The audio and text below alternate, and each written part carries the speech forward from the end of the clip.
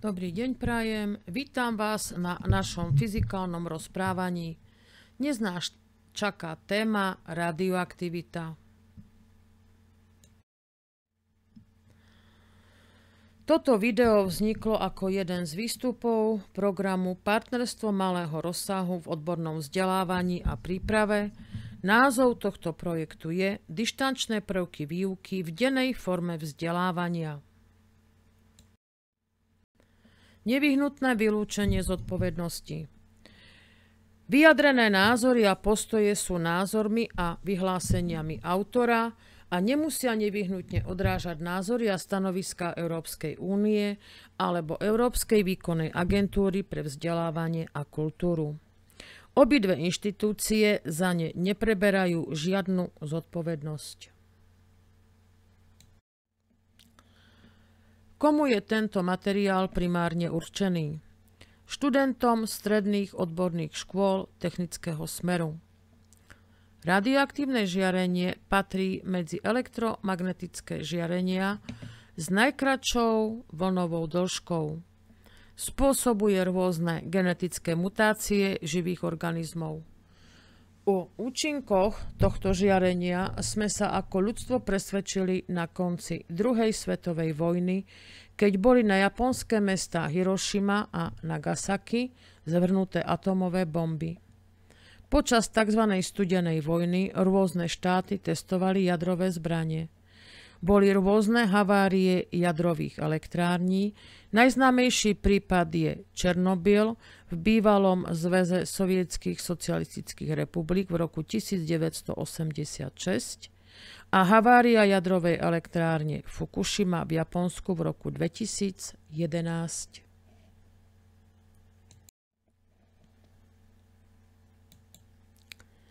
Odkiaľ pochádza radioaktivita? Pochádza z hviezd. Radioaktívne atómy boli súčasťou hmoty, z ktorej vznikla naša slnečná sústava.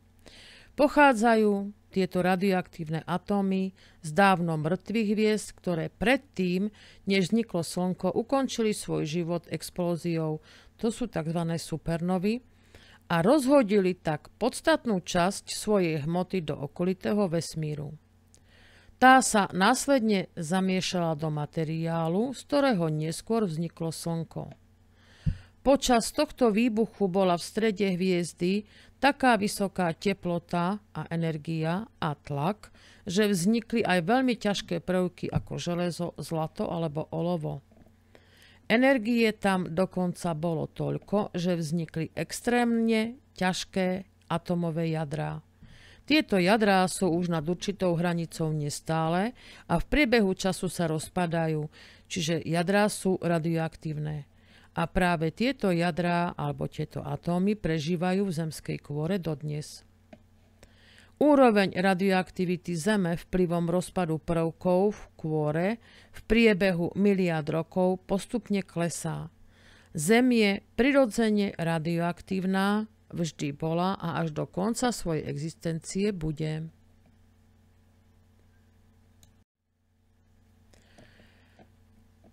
Ako dlho trvá teda rozpad radioaktívnych látok? Môže trvať od zlomky sekúnd až po tisícky milióny rokov. Jednotkou radioaktivity je becquerel. Jeden becquerel je jeden rozpad za sekundu. Každá živá hmota môže byť poškodená pohltením žiarenia. Poškodenie živej hmoty závisí od dávky žiarenia. Jednotkou žiarenia je sievert SV. Tuto vpravo máme vyznačené, ako sú označené radioaktívne látky a v tejto tabuľke máme ukážku, odkiaľ pochádza radiačná záťaž na našej planéte. Za prvé je prírodná alebo je umelá, vytvorená človekom.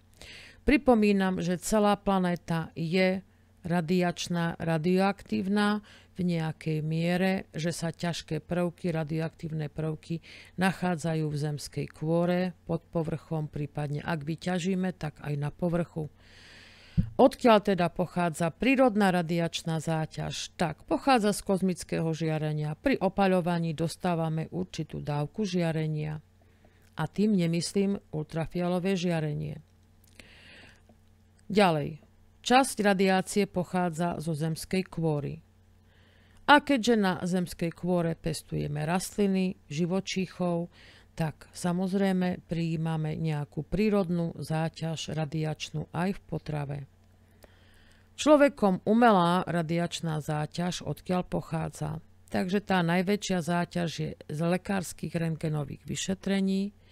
Samozrejme, betónový dom a farebný televízor alebo čierno-biely televízor a elektronika majú v sebe materiály, ktoré sme vyťažili z hlbín zeme a tým sme dostali na povrch aj určitú dávku radiačných prvkov, ktoré sú v týchto materiáloch. Ak poletíte lietadlom, tiež dostanete nejakú dávku radiácie vzhľadom na to, že sa nachádzame vo výške zhruba 10 až 12 kilometrov. To isté platí pre ciferník svietiacich hodín. Opäť jedná sa o prvky vyťažené z hlbok zeme, ktoré majú v sebe radiáciu. Čo je zdrojom radioaktivity? Na prvom mieste stojí radioaktívny plyn radón, ktorý vzniká rozpadom iných radioaktívnych prvkov v pôde a pormi v pôde sa uvoľňuje na povrch.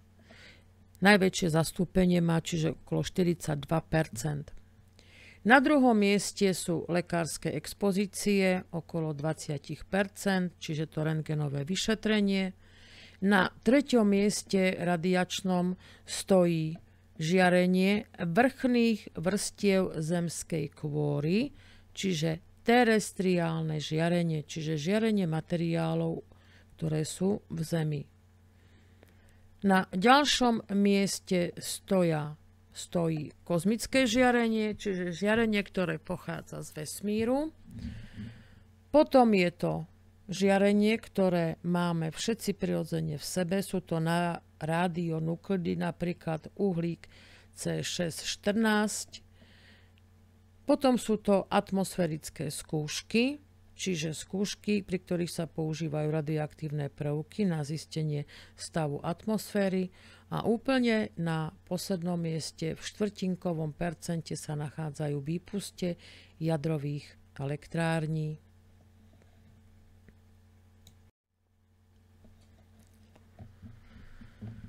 Radionuklidy niektorých prvkov sú teda trvale prítomné vo vzduchu, vo vode, v pôde, v rastlinách a v ľudskom organizme.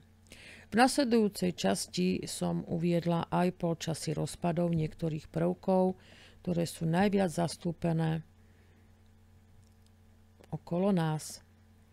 Takže vonkajším zdrojom žiarenia je kozmické žiarenie a žiarenie terestriálne, čiže žiarenie vrchných vrstiev zemskej kôry.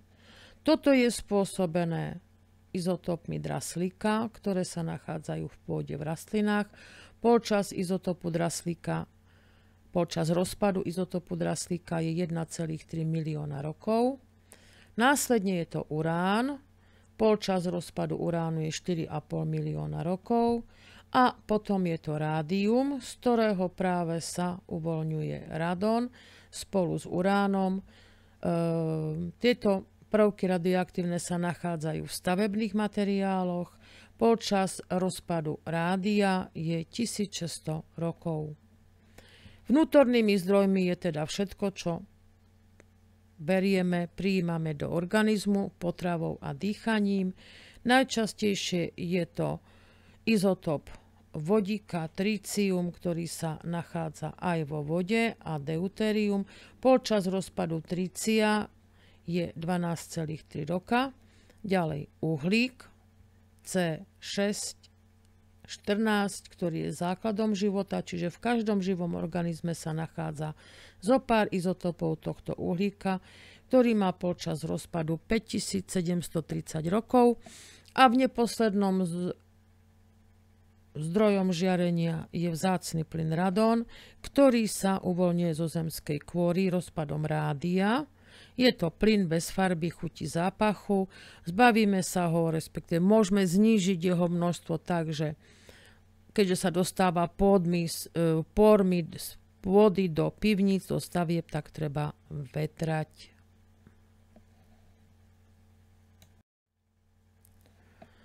No a tu je ukážka radonovej mapy Slovenskej republiky a Českej republiky.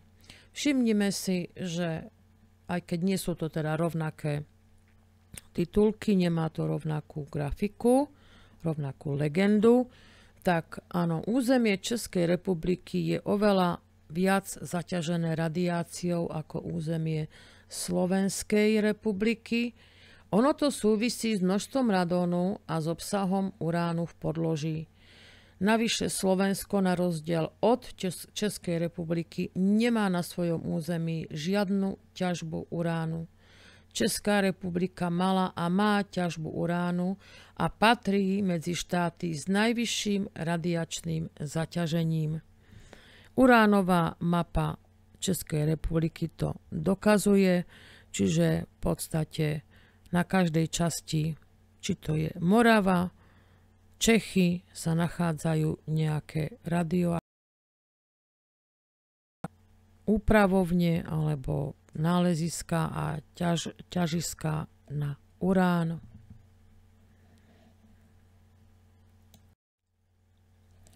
A teraz už k samotnému objavu radioaktivity. Čo to je radioaktivita?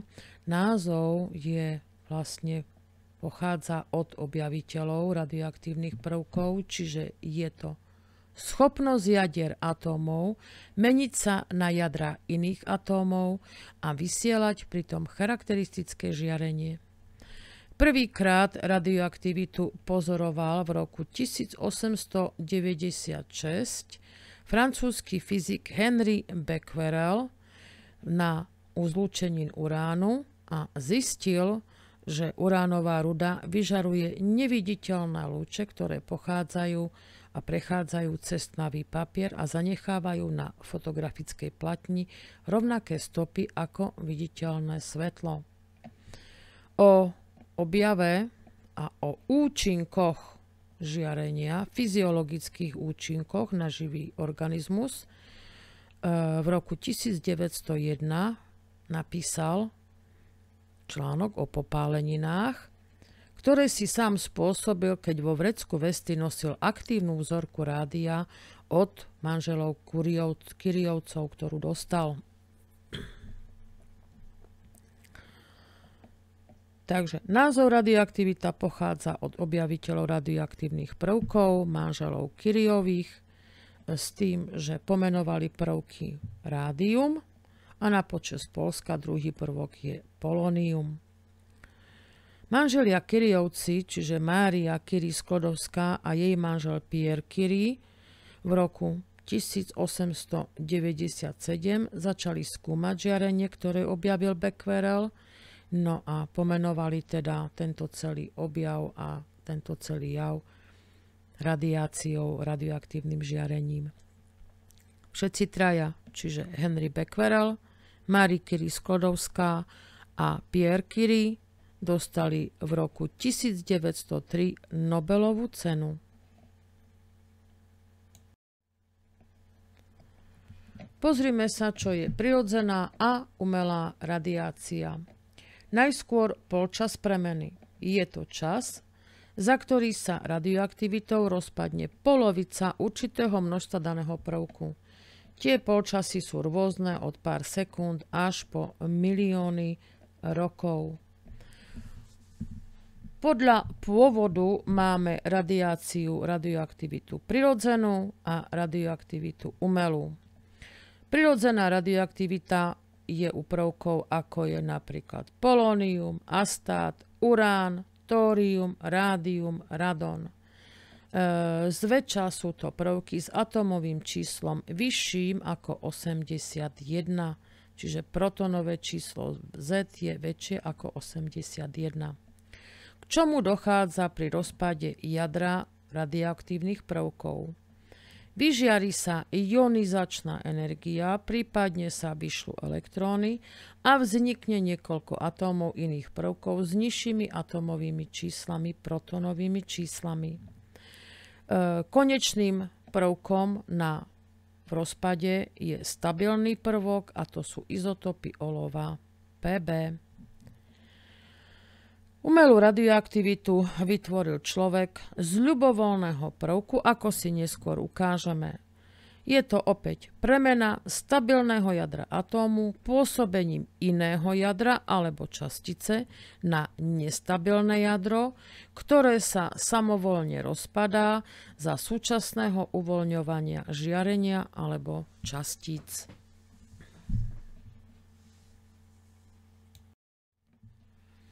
Takže k umelej radiácii.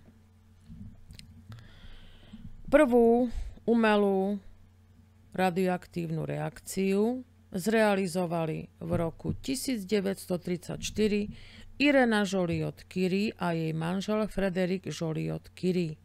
A to tak, že ožarovali hliník protonovým číslom 13, nukleónových 27, alfa časticami. Alfa častice, alfa žiarenie sú jadrá hélia, čiže hélium 2, 4. Týmto bombardovaním, týmto ožarovaním došlo k vzniku nového prvku, a to fosforu. Spočítame si protonové čísla. 13 plus 2 je 15, čiže fosfor s protonovým číslom 15, s nukleónovým číslom 30. 27 nukleónov plus 4 je 31 a tu je ten jeden neutrón, ktorý sa uvoľnil pri tejto umelej radiácii, čiže častica.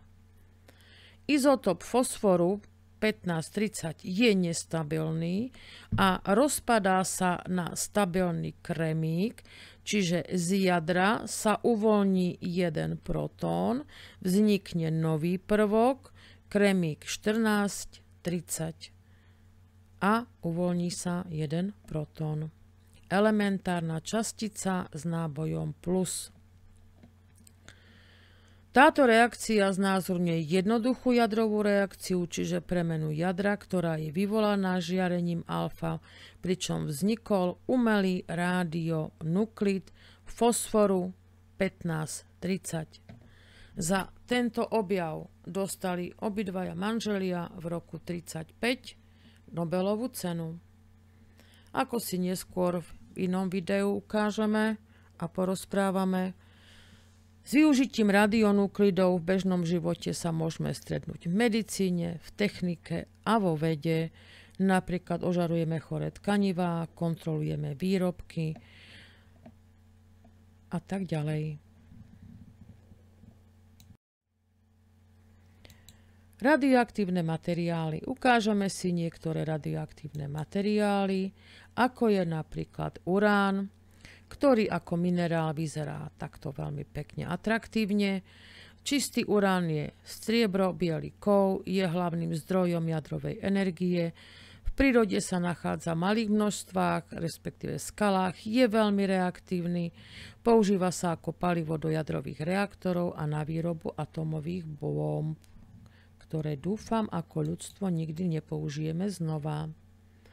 Ďalším prvkom v mojom materiáli je plutónium, takisto je to radioaktívny kovový prvok, tento sa vyrába synteticky, v prírode je ozaj vo veľmi maličkom množstve, lebo už sú to ťažké jadrá, ktoré sa rozpadajú, je jedovatý samozrejme a je veľmi výbušný.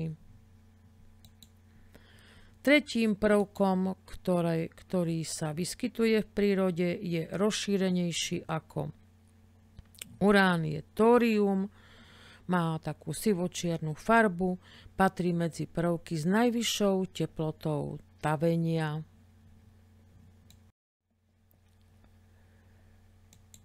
Ako zaujímavosť si uvedieme prírodný jadrový reaktor, ktorý sa nachádza v Afrike.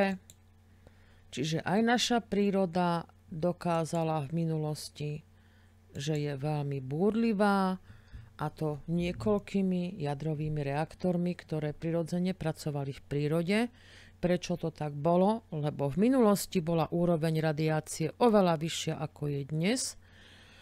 Sústredilo sa teda niekoľko a toľko radioaktívnych prvkov, že sa spustila štiepna reakcia. Najznámejší vyhorený prírodný jadrový reaktor sa nachádza v africkom štáte Gabon, blízkosti mesta Oklo, a je ich tam vraj okolo 15.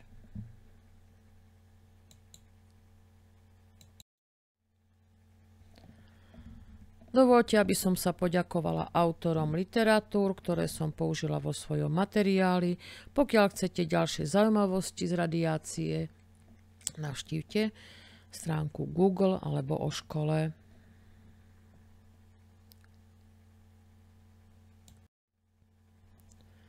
Na záver dovoľte, aby som sa poďakovala za pozornosť a prajem pekný zvyšok dňa.